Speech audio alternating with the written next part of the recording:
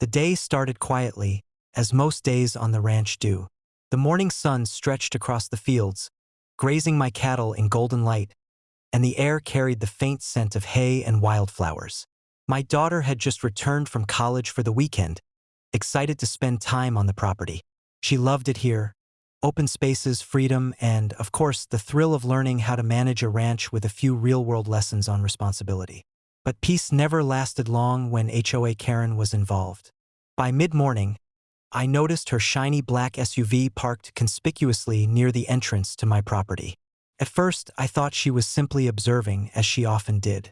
But moments later, she stepped out, strutting like she owned the place, though anyone with eyes could see that her sense of entitlement far outweighed any actual authority. She marched up to my daughter, who was feeding a young calf, and started making demands. "You need to leave," Karen barked. "Your presence here violates HOA regulations. You're not allowed on this property without my approval." My daughter looked at her calmly, brushing hay from her hands. "You mean the property I live on with my family?" she asked, her tone polite but firm. Karen's face twisted. "I'm serious. I'm calling the police if you don't leave immediately." Before Karen could reach for her phone, my daughter's expression shifted. Calm, collected, but unmistakably commanding. "By all means," she said. "But I should warn you, I'm not exactly defenseless." Karen paused, smirking arrogantly. "Oh, please, you're just a kid. What could you possibly do?" That's when the door of the SUV flew open, and my daughter stepped forward with the precision and confidence of someone who had trained in the military. Retired Delta Force operator? Check. Years of tactical experience? Check. Trained in defensive maneuvers that would make most people freeze in fear? Absolutely. Karen had no clue she had just walked into a live demonstration of skill and control. Before she could react, my daughter had assessed the distance, the obstacles, and the nearest exit routes. Every step Karen took to intimidate her was met with poised readiness. By the time she realized that she was no longer in control, she was frozen in place, a deer caught in headlights. I had been observing quietly from a distance, letting my daughter handle it. And handle it she did. With a measured tone and impeccable strategy, she instructed Karen to vacate the premises.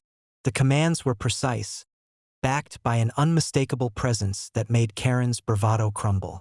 Within minutes, Karen was retreating, muttering complaints, clearly shaken by the realization that she had underestimated someone entirely. I walked over, smiling quietly at my daughter. "That was impressive," I said. She shrugged. "Just a normal day on the ranch," she replied.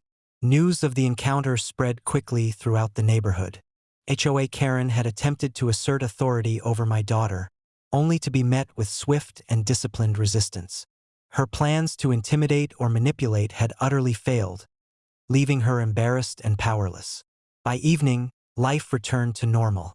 The fields were calm, the calves content, and my daughter, though a little amused, reflected on the experience with pride. She had defended her family and their property without causing harm, an elegant demonstration of skill, strategy, and presence of mind. And as for HOA Karen, she didn't dare approach the ranch again. The story of her attempted intimidation spread so fast that even the board members shook their heads in disbelief. She had underestimated not just the owner, but the next generation. Someone capable, decisive, and trained to handle situations far beyond her imagination. In the end, the lesson was clear. Power and authority aren't claimed by titles or threats. They're earned through capability, skill, and respect, and Karen had shown none of those.